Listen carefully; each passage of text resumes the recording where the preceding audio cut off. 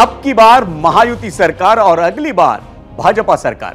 मंडळी, ही घोषणा आहे केंद्रीय गृहमंत्री अमित शहांची आणि त्यांनी ही घोषणा कुठे दिली आहे तर ते ठिकाण आहे मुंबई। निमित्त होतं ते भाजपचा पदाधिकारी मेळावा। गेल्या 6 दिवसात अमित शहा दुसऱ्यांदा महाराष्ट्राच्या दौऱ्यावर आहेत आणि तेही मुंबई। त्यामुळे निवडणुकीच्या दृष्टिकोनातून अमित शहा यांचा हा अतिमहत्त्वाचा दौरा यासह दिवसभरातल्या महत्त्वाच्या बातम्यांचं विश्लेषण आपण करणार आहोत। नमस्कार, मी विजय साळवी। 0 आवरच्या आजच्या नव्या भागात आपलं सर्वांचं स्वागत। आज महाराष्ट्राची राजकीय आणि सामाजिक स्थिती पाहिली किंवा त्याची चर्चा करायचं म्हटलं तर ती अनेक पातळ्यांवर बदललेली दिसते। मराठवाड्यात वाढलेला मराठा विरुद्ध कुणबी संघर्ष हा त्यातलाच एक भाग आहे। मराठा नेते मनोज जरांगेंच्या राज्यव्यापी आरक्षण लढ्याचा फक्त सामाजिकच नाही तर राजकीय परिणामही झालाय आणि त्याचा सत्ताधाऱ्यांना कसा राजकीय फटका बसला हे नुकत्याच झालेल्या लोकसभा निवडणुकीच्या निकालात आपण पाहिलं। लोकसभा निवडणूक होऊन आता 100 दिवस झालेत आणि राज्यातल्या विधानसभा निवडणुका अवघ्या काही दिवसांवर आल्या, पण तरीही राज्यातल्या महायुती सरकारला या संघर्षावर औषध सापडलेलं नाही। मग असं असतानाच जातीय गणितांवर धार्मिक तोडगा काढण्याचा प्रयत्न तर महायुती सरकार करत नाहीये ना, असा प्रश्न उपस्थित होतोय। खरं तर उद्धव ठाकरेंनी हिंदुत्वाला तिलांजली दिली असं म्हणत एकनाथ शिंदेंनी बंडखोरी केली होती। तेव्हापासून आजपर्यंत महायुती सरकारनं कायम आक्रमक हिंदुत्वाचाच पुरस्कार केला, पण गेल्या काही दिवसांमध्ये त्या गोष्टींमध्ये चांगलीच वाढ झाल्याचं दिसून येतंय। शिंदे फडणवीसांच्या मठ आणि महंतांना भेटीगाठी वाढल्या। आता गेल्या 48 तासांमधले कार्यक्रम पहा। मुख्यमंत्री एकनाथ शिंदे मीरा भाईंदरमध्ये भागवत सत्संग सनातन राष्ट्र संमेलन कार्यक्रमात पोहोचले। तिथं त्यांनी स्वामी विद्याभास्करजी, ज्योतिर्मठाचे शंकराचार्य स्वामी अविमुक्तेश्वरानंद आणि स्वामी शंकराचार्य सदानंद महाराज यांचे आशीर्वाद घेतले। इतकंच नाही तर या सगळ्यांनी मुख्यमंत्री एकनाथ शिंदेंचं कौतुकही केलं। नेमके त्याच वेळी उपमुख्यमंत्री देवेंद्र फडणवीस हे कोल्हापुरात कणेरी मठातील संत सोहळ्यात पोहोचले। तिथं त्यांनी लव जिहाद, बोट जिहाद पासून शरद पवारांपर्यंत अशा सगळ्या मुद्द्यांवरून भाष्य केलं। आणि आता आजचा दिवस बघा। सकाळी सकाळी मुख्यमंत्री एकनाथ शिंदेंच्या वर्षा या शासकीय निवासस्थानी पाद्यपूजन सोहळा पार पडला। उत्तराखंडमधील बद्रिकाश्रम ज्योतिर्मठाचे शंकराचार्य स्वामी अविमुक्तेश्वरानंद सरस्वती यांच्या हस्ते हे पूजन झालं। त्यानंतर मुख्यमंत्री व्हाया सांगली, कोल्हापुरातल्या कणेरी मठामधल्या संत सोहळ्यात पोहोचले। खरं तर मुख्यमंत्री एकनाथ शिंदे असोत किंवा उपमुख्यमंत्री देवेंद्र फडणवीस, दोघांच्याही या भेटीगाठींमधून हिंदू मतांचं एकत्रीकरण साधण्याचा प्रयत्न होतोय आणि त्यावरच आहे मंडळी आपला आजचा प्रश्न, आणि तो पाहण्यासाठी आपण जाऊयात पोल सेंटरला।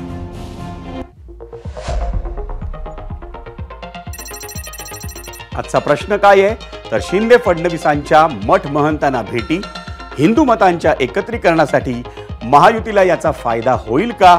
आपण 2 पर्याय दिलेले आहेत, होय आणि नाही। हा होता आजचा पहिला प्रश्न। मंडळी, आज ज्या मंचावर मुख्यमंत्री एकनाथ शिंदे आहेत त्याच मंचावर काल उपमुख्यमंत्री देवेंद्र फडणवीस होते। संत समावेश कार्यक्रमाच्या मंचावरून फडणवीसांनी आक्रमक भाषणही केलं। त्यात सर्वाधिक चर्चा झाली ती त्यांच्या लव जिहाद आणि वोट जिहादवरच्या वक्तव्याची।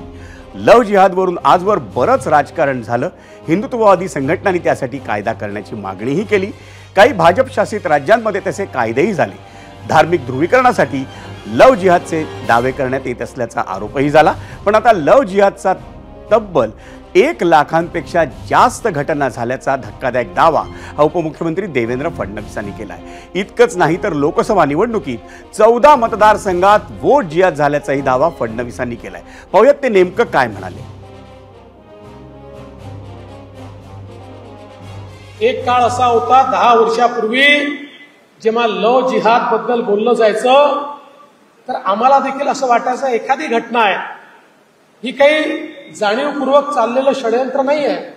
पण आज पाहतोय 1 लाखापेक्षा जास्त तक्रारी आहेत, 1 लाखापेक्षा जास्त, की ज्या ठिकाणी हिंदू समाजातल्या मुलींना फूस लावून त्या ठिकाणी पळवून नेऊन लग्न केलं।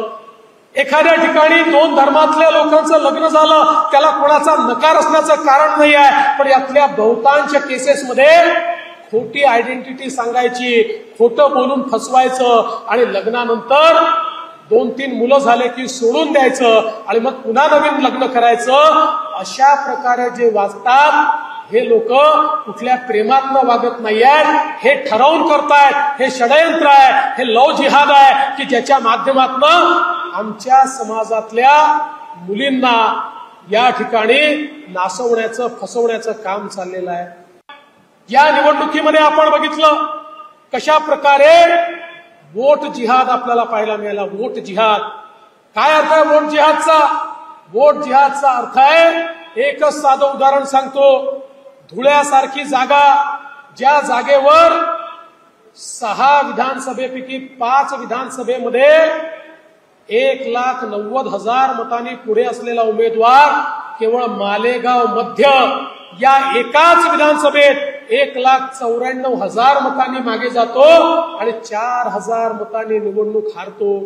48 पैकी जवळजवळ 14 लोकसभा मतदारसंघामध्ये अशा जिहादी पद्धतीनं त्या ठिकाणी आपल्याला मतदान होताना दिसलाय.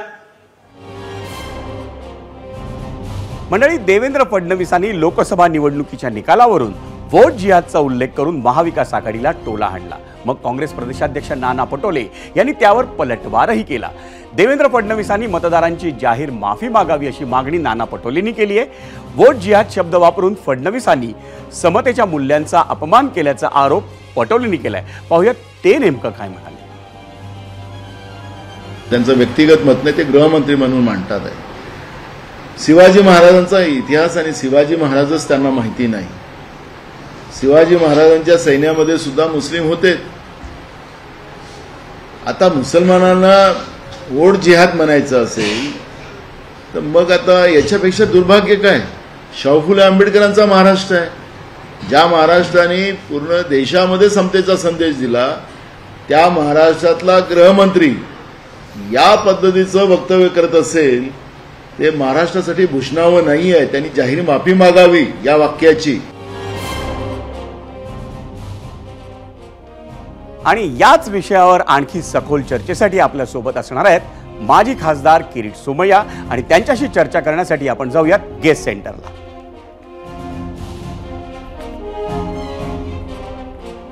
किरीटजी, स्वागत आहे आपलं एबीपी माझाच्या या खास कार्यक्रमात 0 ओव्हरमध्ये. किरीटजी, आपण नेहमी असं बघतो ना की निवडणुका जवळ आल्या की मतांच्या विभाजनासाठी आपल्याला धार्मिक मुद्द्यांवरचं राजकारण सुरू झालेलं दिसतं.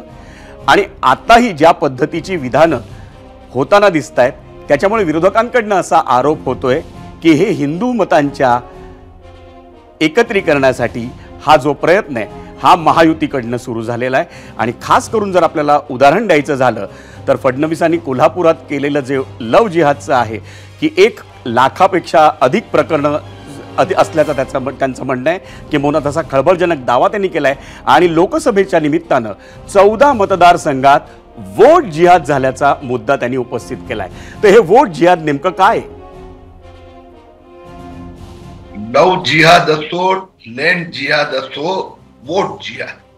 मी पहिलं वोट जिहादचं एक छोटं उदाहरण जे देवेंद्र फडणवीसांनी दिलं ते आपल्या समक्ष वाचून दाखवतो.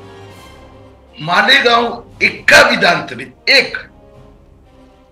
काँग्रेसला मत किती? 99,000. हे मी काही बूथ वाचतो, काही बूथ तर 175 बूथ मध्ये काँग्रेसला 99,053 आणि भाजपला फक्त 596. याला काय म्हणायचं आपण? मी फक्त एकच नाही, मी अशी तुम्हाला अनेक उदाहरण देतो. भिवंडी पूर्व विधानसभेत 400, भिवंडी पश्चिम 441 मत भाजपला आणि शरद पवार काँग्रेसला 52,773.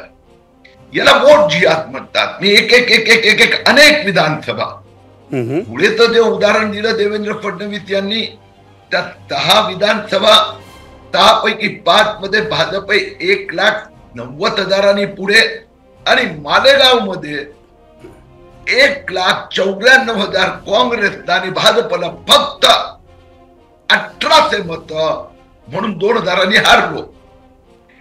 वोट जिहादचा अर्थ असा आहे की याला वोट जिहाद म्हणतात. हे जे तुम्हाला दिसतंय ना, हे अरविंद सावंत यांनी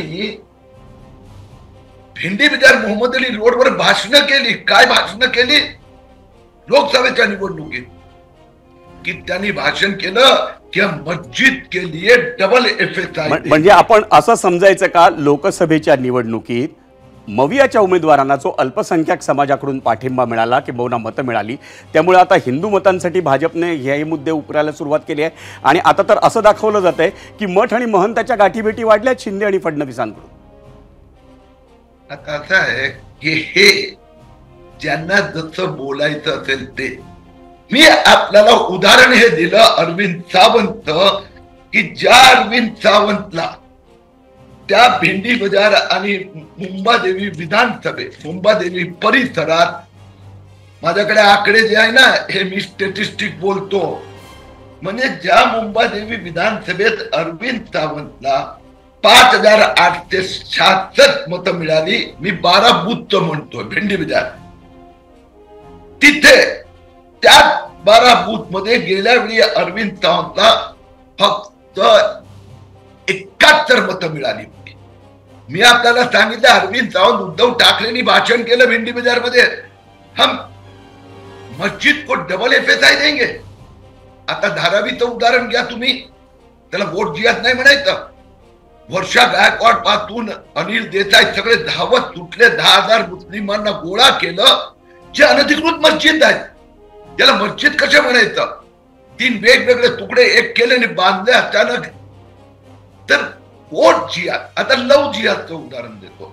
माझं इथे हे मुद्दे नेमके आता हे विधानसभा निवडणुकीच्या निमित्तानं तोंडावर येत आहेत का? आता यावेळेस येण्याचं कारण काय?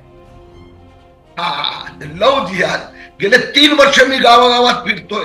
आपल्या चॅनलनी पण लव जिहादचे मुद्दे दाखवलेत, आपल्या चॅनलनी पण लेन जिहाद दाखवलेत. निवडणुकीच्या निमित्ताने म्हणजे लोकसभेत राहुल गांधी आणि उद्धव ठाकरेला ते लव जिहाद लेन जिहादला मुस्लिमांमध्ये भडकवण्यासाठी उपयोग केला आणि त्यामुळे 100 पैकी 99 मतं मोदीच्या विरोधात मुसलमानांची, 1 मत कुठलं हिंदू तिथे लपून छुपून कुठे राहत होता ते 1 मत भाजप आणि एकनाथ शिंदेला मिळालं. हे लोकसभेचे आकडे सांगतोय मी तुम्हाला. म्हणजे यांना लव जिहाद हवाय, लेन जिहाद हवाय, कारण की त्यांना ही सगळी आकडेवारी भाजपनं काढली आहे. भाजपची आता रणनीती या समोर पुढच्या निवडणुकांसाठी काय असणार आहे आणि या सगळ्या आत्ताचे जे मुद्दे आहेत याच्यात अजितदादा मात्र कुठे दिसत नाहीयेत, केवळ शिंदे आणि फडणवीस देत आहेत. अजितदादा यापासून थोडे दूर आहेत. आता शब्द रणनीती हे काँग्रेसचे नेते आणि संजय राऊत वापरणार. आम्ही जाऊन वास्तविकता विधानसभेच्या निवडणुकीच्या निमित्ताने लोकांच्या समोर ठेवतोय. हे उद्धव ठाकरे, त्यांचे वडील माननीय बाळासाहेब ठाकरे हे हिंदुत्वासाठी सर्वस्व समर्पित करायला तयार होते आणि हे जनाब उद्धव ठाकरे जाऊन सांगतात मी डबल FSI देणार. ते आम्ही जे हिंदू मतदार आहेत, जे मुंबईतला मराठी मतदार आहेत, त्यांना उद्धव ठाकरे उल्लू बनवण्याचा, बेवकूफ बनवण्याचा प्रयत्न करतात. त्यांना जाऊन आम्ही हे सांगणार आहोत की हे साहेब तिथे जनाब आणि मस्जिदीची बात करतात. धारावीत ते अनधिकृत मस्जिद वाढली आणि त्याला वाचवण्यासाठी धडपड करतायत. हे कसले हिंदुत्ववादी, हे जाऊन आम्ही मतदारांना समजवणार आहोत. किरीटजी, मला फक्त एक अजितदादांचा मुद्दा सांगितलं तर बरं होईल. ते का दूर त्या सगळ्यापासून? आता जिथे जिथे आता प्रकारचे वोट जिहाद आणि जे असे झालेले आहेत तिथे जाऊन आम्ही मांडतो आहोत आणि मांडणारच आहोत. यात न अजितदादा, न NCP, न काँग्रेस, ह्या जो विषय आहेत हा देशात आहे, हिंदुस्थानात आहे. आज महाराष्ट्रात विधानसभेच्या निवडणूक आहे, जिथे जिथे अशा घटना घडल्या आहेत त्या सगळ्या ठिकाणी जाऊन ही गोष्ट आम्ही जनतेसमोर ठेवणार आहोत की हे उद्धव ठाकरे, हे राहुल गांधी यांना फक्त मुस्लिमांची मतं घेऊन त्यांना काश्मीर 370चा विरोध करायचा आहे, त्यांना राम मंदिरचा विरोध करायचा आहे, यांना मशिदी अनधिकृत बांधण्यासाठी मोर्चे काढायचे आहेत. हे आम्ही जनतेसमोर संबंध महाराष्ट्रात ठेवणार. धन्यवाद किरीटजी, तुम्ही या 0 आवर मधल्या संवाद साधण्यासाठी तुम्ही वेळ दिलात. आपले पुन्हा एकदा आभार. आणि आता वळूयात कोल्हापुरातल्या बातमीकडे, ज्या मंचावरून देवेंद्र फडणवीसांनी लव जिहाद आणि वोट जिहादचा उल्लेख केला, त्याच मंचावर त्यांनी शरद पवारांच्या वाढलेल्या देवदर्शनावरही भाष्य केलं. आपण कधीही मंदिरात जात नाही असं म्हणणारे पवार सुद्धा मंदिरात जायला लागले असा टोला त्यांनी लगावला. त्यासाठी फडणवीसांनी अलीकडच्या काळातल्या पवारांच्या देवदर्शनाचा दाखला दिला. साधू संत एकत्रित व्हायला लागले याचा हा परिणाम असल्याचं त्यांनी म्हटलं. हिंदू धर्मात जागृती झाल्यानं त्याची दखल आता पवारांसारखे राजकारणी घेऊ लागल्याचं फडणवीसांना कदाचित सांगायचं होतं. आमच्या हिंदू समाजातली जागृती सुरू झाली आणि सर्व संतांना वाटलं काहीतरी चुकतंय, आपल्यावर आघात होतोय, म्हणून संत एकत्रित व्हायला लागले.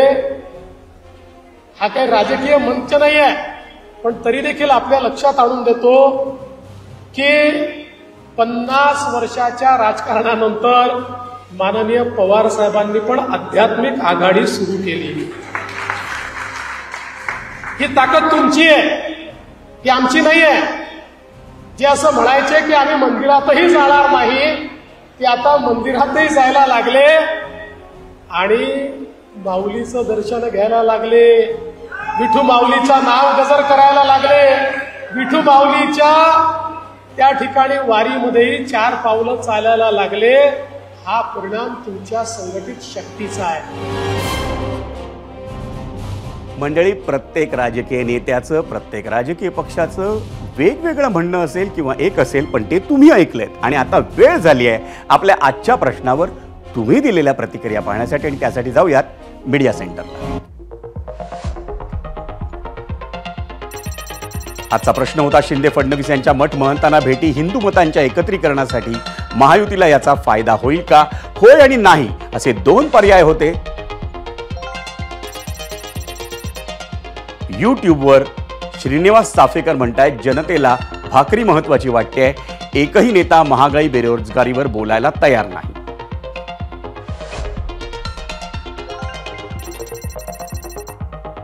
यूट्यूबवरच उबाळे व्हीएम म्हणतायत, अहो ते महंत आहेत, त्यांनाही माहित आहे निवडणुका डोळ्यासमोर ठेवून हे सर्व केलं जात आहे. यूट्यूबवरच सोपान सपकाळ म्हणतायत, सगळ्यांना निवडणुका आल्या की मंदिर मठ आठवतात.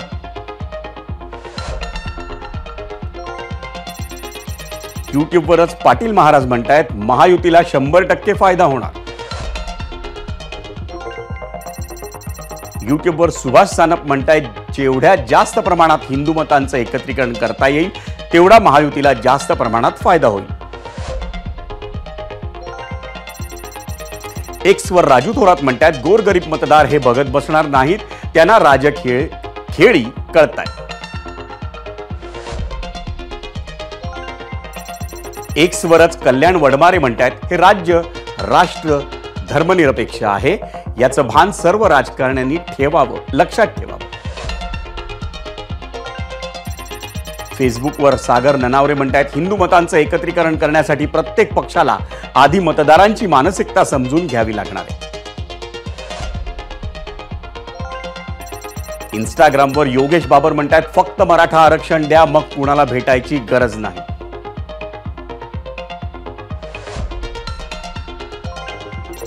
इंस्टाग्रामवरच लहू म्हणतात, लोकांचे प्रश्न सोडवा, मग कोणत्याही महाराजांना भेटायची गरज नाही.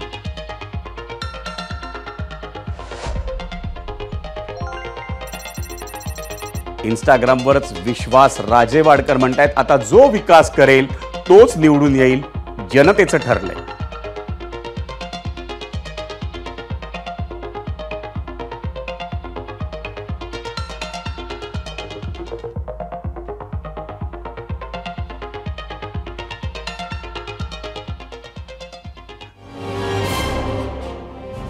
म्हणजे आता वेळ झाली आहे ती आपल्या आजच्या प्रश्नावरचा पोल रिझल्ट पाहण्याची, आणि त्यासाठी जाऊयात आपल्या पोल सेंटरला.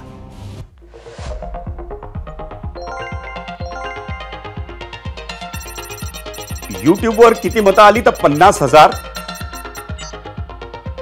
आणि 30% मंडळींनी उत्तर दिलंय की महायुतीला म्हणजे शिंदे फडणवीस यांच्या मठ महंतांना भेटी हिंदू मतांच्या एकत्रीकरणासाठी महायुतीला याचा फायदा होईल का? तर 30% म्हणतायत होय, 70% म्हणतायत नाही.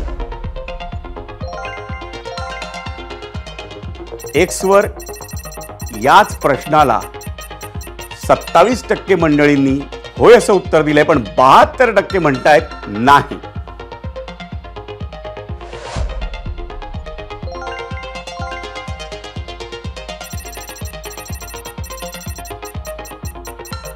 इंस्टाग्रामवर 64% नागरिक म्हणतायत होय महायुतीला फायदा होईल, पण 36% म्हणतायत नाही.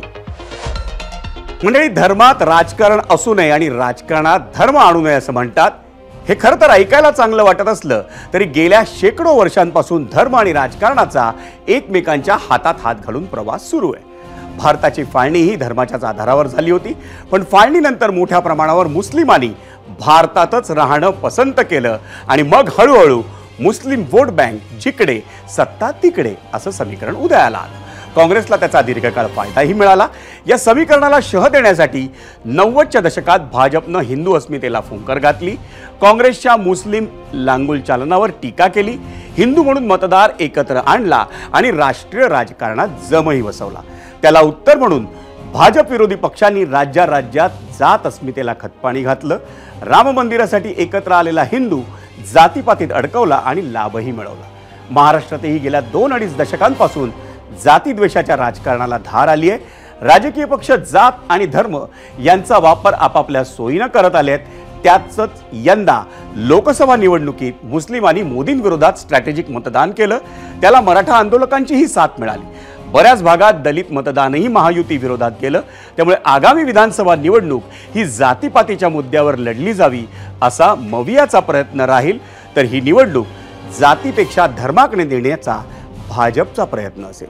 आमदार नितेश राणेंची हिंदू रक्षक अशी प्रतिमा करणं, रामगिरी महाराजांची पाठराखण करणं, मठ महंतांच्या भेटीगाठी याकडे त्याचाच एक भाग म्हणून पाहायला हवं. मंडळी, विधानसभेची निवडणूक जसजशी जवळ येते तसतशी महायुती आणि महाविकास आघाडीच्या नेत्यांमधली जागा वाटपासाठीची खलबतं वाढू लागली आहेत. महाविकास आघाडीच्या 200हून अधिक जागांवर उमेदवार निश्चित झाल्याचं कळतं.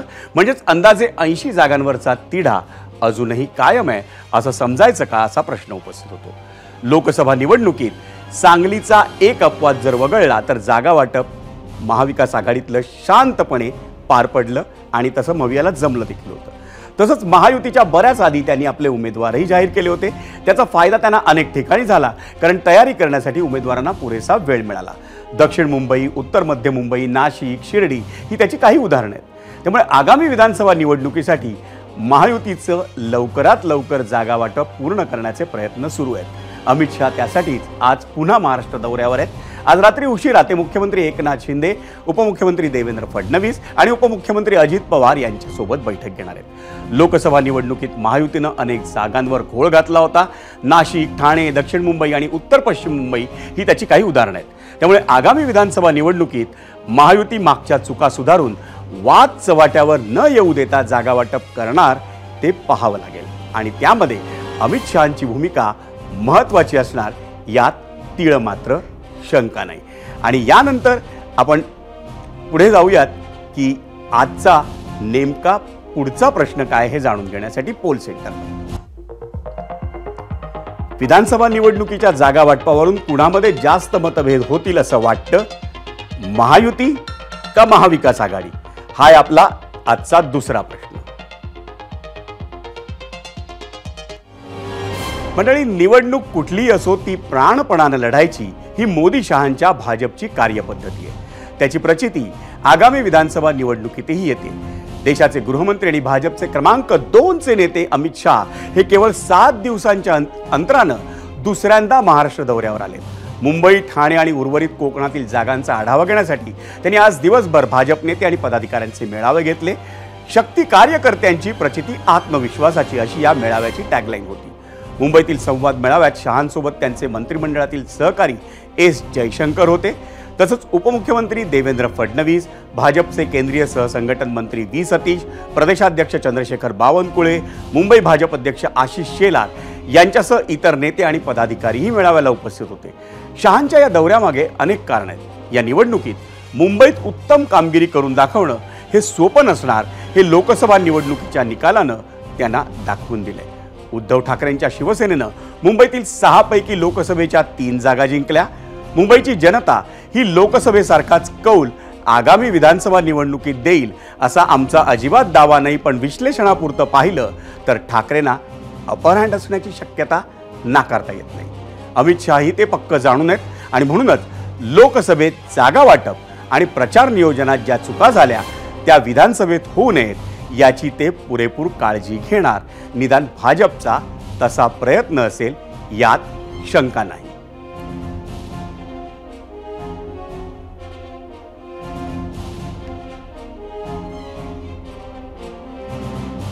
मंडळी, मुंबई, ठाणे आणि कोकणातील जागांचा आढावा घेणं हा अमित शहांच्या या दौऱ्याचा प्रमुख अजेंडा आहे आणि म्हणूनच या भागात 2019 आणि 2024 सालच्या निवडणुकांमध्ये संख्याबळ कसं होतं यावर एक नजर टाकूया ग्राफिक्समधून.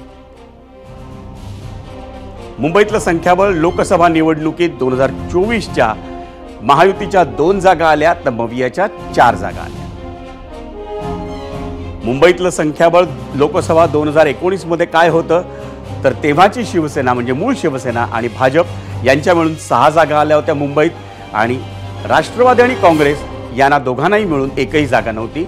मुंबईतलं संख्याबळ विधानसभेच्या निवडणुकीत 2019 साली काय होतं तर मूळ शिवसेना आणि भाजप या दोघांनी मिळून 30 जागा मिळवल्या होत्या. राष्ट्रवादी आणि काँग्रेसला 5 जागा मिळाल्या होत्या तर इतर 1 जागा.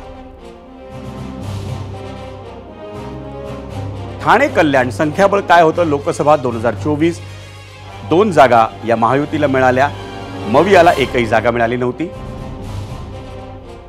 ठाणे कल्याण संख्याबळ लोकसभा 2019 काय होतं तर मूळ शिवसेना आणि भाजपला 2 जागा होत्या, राष्ट्रवादी आणि काँग्रेसला एकही जागा नव्हती.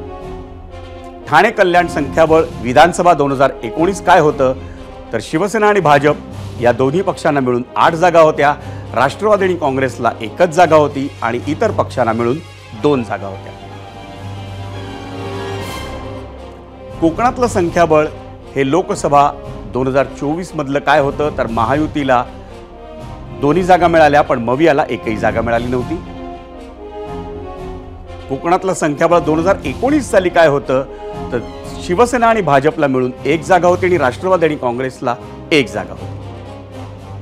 कोकणातलं संख्याबळ विधानसभा 2019 ला काय होतं तर शिवसेना भाजप 18 जागा होत्या, राष्ट्रवादी आणि काँग्रेसला मिळून 6 जागा होत्या आणि इतर पक्षांना 4 जागा होत्या.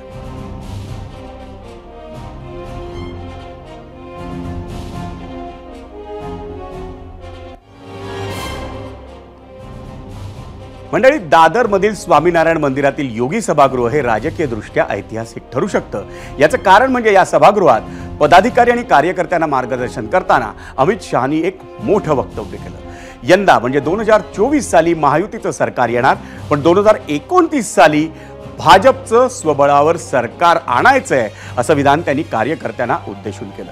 पाहुयात दादरच्या या मेळाव्यात अमित शहा नेमकं काय म्हणाले. अमित शहा म्हणतायत 2029 मध्ये भाजप सरकार स्वबळावर आणायचंय. काही निवडणुका या देशाच्या राजकारणाची दिशा ठरवतात असंही म्हणालेत अमित शहा. महाराष्ट्राची निवडणूक ही देशाच्या राजकारणाची दिशा आणि दशाही बदलेल असं म्हणतायत अमित शहा. 60 वर्षात कुठलाही राजकीय पक्ष सलग 3 वेळा जिंकलेला नाही. यंदा महायुतीचं सरकार येईल ही काळ्या दगडावरची रेघ आहे असं आत्मविश्वास सांगतायत अमित शहा. आणि 2029 साली एकट्या भाजपच्या जीवावर सरकार आणायचंय असं ते कार्यकर्त्यांना आणि पदाधिकाऱ्यांना उद्देशून म्हणतात. 2024 मध्ये युतीचं सरकार असेल पण 2029 मध्ये शुद्ध रूपानं कमळाचं सरकार असेल हे त्यांचे शब्द आहेत. राज्यात सत्ता आणि त्यानंतर कॉमन सिव्हिल कोड इथंच आणू कुणीही थांबवू शकत नाही. 6 लोकसभा अशा आहेत जिथे 6 विधानसभांमध्ये आपल्याला बहुमत होतं असं सांगतायत ते भाजपच्या कार्यकर्त्यांना. मात्र एका जागेवर ते बहुमत घेऊन जिंकले. याचा अर्थ 6 विधानसभा आपण जिंकू आणि ते एकच जिंकतील असं फोड करून सांगतायत अमित शहा भाजपच्या कार्यकर्त्यांना. यंदाच्या निवडणुकीत 10% मतदान वाढवण्याचं सुचवतायत अमित शहा. सरकार आपलं आहे त्यामुळे आपल्या विरोधात नाराजी असेल. नगरसेवक, आमदार आणि खासदार यांच्या विरोधात असलेली नाराजी तुम्हाला दूर करायची आहे. प्रत्येक बूथवर आपल्याला 10 कार्यकर्ते पाहिजे. दसऱ्यापासून प्रचार संपेपर्यंत हे कार्यकर्ते त्यांच्या बूथच्या कक्षेत फिरत राहतील.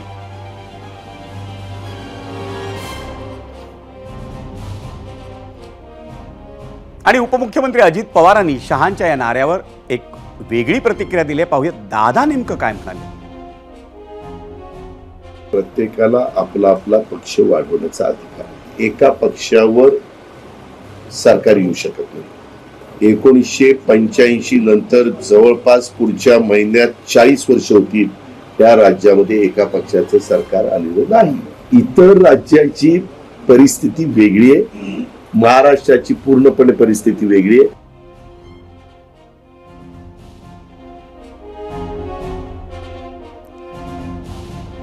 आणि अमित शहांच्या या दिवसभराच्या कार्यक्रमाविषयी अधिक जाणून घेण्यासाठी आपण जाऊयात गेस्ट सेंटरला आणि तिथे आपला प्रतिनिधी निलेश बुधावले आपल्या समोर आहे. निलेश, अमित शहा रोज कार्यकर्त्यांमध्ये बळ भरताना दिसत आहेत त्यांच्या पंखामध्ये आणि त्यांना अर्थातच महाराष्ट्र हे त्यांनी लक्ष केलेलं आहे. आज नेमका काय कानमंत्र दिलाय अमित शहानी? विजय, ज्यावेळेस अमित शहा कार्यकर्त्यांशी बोलत होते त्यावेळेस त्यांना सांगितलं की ज्यावेळेस मी देशामध्ये जातोय त्यावेळेस अनेक ठिकाणी महाराष्ट्रामध्ये काय चाललंय अशाच पद्धतीची चर्चा माझ्या कानावर ऐकू येते आणि त्यामुळेच कदाचित सध्या हरियाणा आणि यासोबतच जम्मू काश्मीर या दोन महत्त्वाच्या राज्यांच्या निवडणुका चालू आहेत. तरी देखील अमित शहांचा मागच्या 1.5 महिन्यामध्ये 3रा महाराष्ट्र दौरा आपल्याला पाहायला मिळतोय. या दौऱ्याच्या निमित्तानं कार्यकर्त्यांमध्ये बळ भरण्याचं काम हे अमित शहांच्या वतीनं होतंय. लोकसभेला ज्या पद्धतीनं पराभव झाला तो कुठंतरी पुसून आता विधानसभेला नव्या जोमानं कार्यकर्त्यांना कामाला लावलं पाहिजे आणि मोठ्या प्रमाणात पुन्हा एकदा महायुतीचं सरकार आलं पाहिजे यासाठी ते प्रयत्नशील असल्याचं आपल्याला पाहायला मिळत आहेत. अशाच पद्धतीचं वक्तव्य देखील आजच्या बैठकीत त्यांना प्रामुख्याने केलं. त्यांना स्पष्ट केलं की 2024ला हे महायुतीचं सरकार येणार आहे, मात्र 2029ला हे कमळाचं सरकार म्हणजेच भाजपचं एक हाती सरकार महाराष्ट्रामध्ये येईल अशा पद्धतीची या ठिकाणी घोषणा त्यांनी केलेली आहे. आणि कार्यकर्त्यांमध्ये कुठेतरी या निमित्तानं उत्साह भरण्याचं काम त्यांना या सगळ्या बैठकीच्या निमित्तानं केलेलं आहे. कार्यकर्त्यांना खचून जाऊ नये, कार्यकर्त्यांना पुन्हा एकदा जोमानं काम केलं पाहिजे असा देखील संदेश त्यांनी या दिला. यावेळी मात्र एकीकडे अमित शहांचं हे वक्तव्य होत असताना दुसरीकडे विरोधी पक्षांना मात्र 2024च्या निवडणुका असताना थेट 2029च्या चर्चा करणं हे कुठेतरी एक कार्यकर्त्यांना आपल्या पक्षात थांबवण्याचा प्रयत्न अमित शहांच्या वतीनं होतोय का असा देखील एक सवाल विरोधकांच्या वतीनं उपस्थित झाल्याचं आपल्याला पाहायला मिळालं. खरं तर 2032ला देखील आमचं सरकार येईल, राष्ट्रवादी काँग्रेस पक्षाचं सरकार येईल अशी देखील एक टीका या निमित्तानं जयंत पाटलांना केली. तुम्ही 2024चं बघा, 2029चं नंतर बघता येईल अशी देखील ही टीका आज आपल्याला प्रामुख्यानं पाहायला मिळाली. दुसरीकडे अमित शहांना मात्र कार्यकर्त्यांमध्ये बळ भरताना विधानसभा निवडणुका या युतीतच लढायच्यात असे स्पष्ट संकेत देखील कार्यकर्त्यांना दिलेत. विजय, धन्यवाद निलेश या सविस्तर माहितीबद्दल. वळूयात पुढच्या बातमीकडे. मंडळी, महाविकास आघाडीची आज मुंबईत सलग दुसऱ्या दिवशी बैठक पार पडली आहे. ठाकरेंच्या शिवसेनेकडून संजय राऊत आणि अनिल देसाई या बैठकीला उपस्थित होते, तर शरद पवारांच्या राष्ट्रवादीकडून जयंत पाटील, अनिल देशमुख आणि जितेंद्र आव्हाड होते. काँग्रेसकडून नाना पटोले, बाळासाहेब थोरात आणि विजय वडेट्टीवार यांनी उपस्थिती राखली. महाविकास आघाडीच्या 200पेक्षा जास्त जागांवर एकमत झाल्याचा दावा हा जितेंद्र आव्हाडांनी केलाय आणि जवळपास 80 ते 88 जागांवर अजूनही चर्चा आहे असं त्यांनी म्हटलंय. दरम्यान महाविकास आघाडीच्या जागा वाटपाचं सध्याचं स्टेटस काय ते आपण पाहूया ग्राफिक्समधून. मवियाच्या जागा वाटपाचं ताजं स्टेटस आहे. 288 पैकी 175 ते 200 जागांवर एकमत झालंय. एकमत झालेल्या जागा या दसऱ्याच्या आसपास घोषित करण्याची शक्यता आहे. विदर्भातील ठाकरेंच्या काही पारंपरिक जागांवर काँग्रेसनं दावा केलाय. काँग्रेसच्या काही पारंपरिक जागांवर ठाकरे आणि पवारांच्या पक्षाचा दावा आहे. सोमवारच्या बैठकीत विदर्भातील 12 जागांवरील तिढ्यावर चर्चा झाली होती. 12 पैकी 6 जागांचा तिढा हा सोमवारच्या बैठकीत सुटल्याची माहिती आहे. उर्वरित 6 जागांवर आजच्या बैठकीत चर्चा झाली. तिढा न सुटलेल्या जागांचं मेरिटनुसार वाटप करण्यात येईल अशी एक माहिती आहे.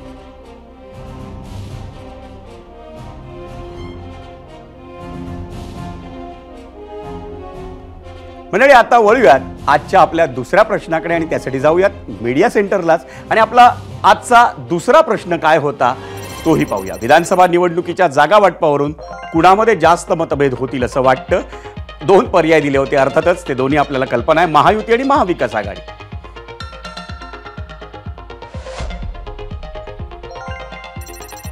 फेसबुकवर उल्हास राऊत म्हणतायत, निवडणुका जाहीर झाल्या की प्रत्येक पक्ष स्वतंत्र लढेल. निकाल लागल्यावर जास्त सीट मिळालेले पक्ष युती करतील, कारण कोणत्याही पक्षाला किंवा आघाडीला पूर्ण बहुमत मिळणार नाही. त्रिशंकू विधानसभा अस्तित्वात येणार आहे असं म्हणतायत उल्हास राऊत. यूट्यूबवर कन्फ्यूज फॉरेस्ट यांची प्रतिक्रिया आहे, दोन्ही आघाड्यांमध्ये बिघाडी होणारच आहे. बरेच उमेदवार योग्य वेळेची वाट पाहत आहेत.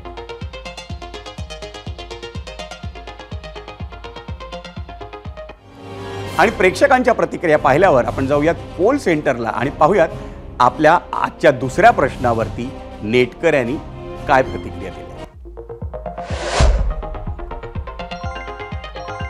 दुसरा प्रश्न अर्थातच विधानसभा निवडणुकीच्या जागा वाटपावरून कुणामध्ये जास्त मतभेद होतील असं वाटतं.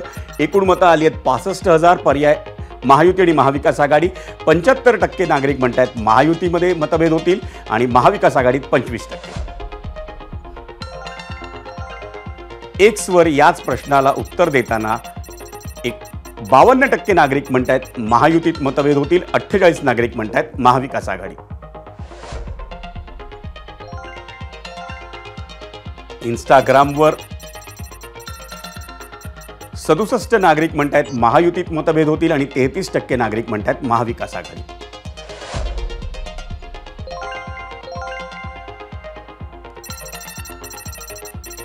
फेसबुकवरचा कौल आपण पाहतोय, 62% नागरिक म्हणतात महायुतीत मतभेद होतील आणि 38% म्हणतात महाविकास आघाडीत मतभेद होतील.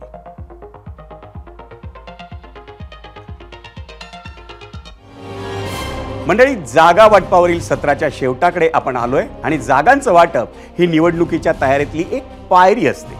पुढे अनेक पायऱ्या अजून शिल्लक आहेत. सर्वात महत्त्वाची पायरी म्हणजे प्रचार आणि स्वतःबद्दल नरेटिव्ह सेट करणं. सरकारमध्ये असणाऱ्यांना अधिक उत्तरं द्यावी लागतात. हे अमित शहांचं वक्तव्य अगदी खरं आहे. लाडकी बहीणसारखी योजना आणली असली तरी रोजगार आणि कायदा सुव्यवस्थेबद्दल अनेक ठिकाणी महायुती सरकारला उत्तरही द्यावी लागणार आहेत, हे नक्की. तर दुसरीकडे महाविकास आघाडीला आपली लोकसभेतली कामगिरी कायम ठेवणं तितकंसं सोपं नसणार आहे, कारण महायुती यंदा अधिक सावध आणि अधिक सज्ज असणार आहे. जागा वाटपात देखील ते अधिक सजग असतील असं दिसतंय. मतदानाला आता जास्तीत जास्त 1.5 महिना उरलाय. या 1.5 महिन्यात राज्यात कुठला नरेटिव्ह सेट होतो, कुठली आघाडी किंवा युती जनतेला आपल्या आश्वासनांची भुरळ पाडण्यात यशस्वी होते, ते लवकरच कळणार आहे. मंडळी, बातमी आहे कानपूरच्या मैदानातून. रोहित शर्माच्या भारतीय संघानं कानपूरच्या दुसऱ्या कसोटी सामन्यात बांगलादेशचा 7 विकेट्सनी धुव्वा उडवला. भारतानं या विजयासह 2 कसोटी सामन्यांच्या मालिकेत 2-0 असा निर्भेळ विजय साजरा केला. कानपूर कसोटी सामन्यात जवळपास 2.5 दिवसांचा खेळ हा पावसानं वाया गेला होता, त्यामुळे ही कसोटी अनिर्णित राहील असा एक अंदाज होता. पण पहिल्या डावात अगदी वेगानं 52 धावांची आघाडी घेऊन भारतानं डाव घोषित करण्याचा वेळेवर घेतलेला निर्णय हा कसोटीला कलाटणी देणारा ठरला. भारतीय गोलंदाजांनी आपल्या व्यवस्थापनाचा तो निर्णय 5व्या आणि अखेरच्या दिवशी अगदी अचूक ठरवला.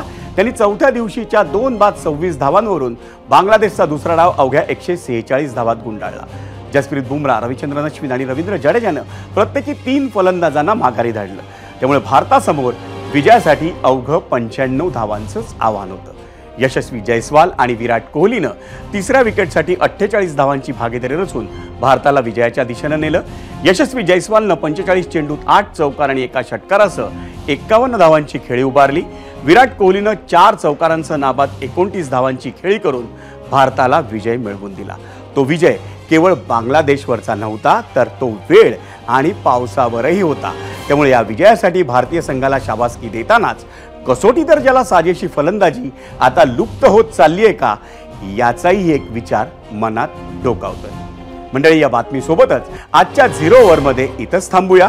पण उद्या संध्याकाळी 7:56 0 ओव्हरमध्येच पुन्हा भेटूया.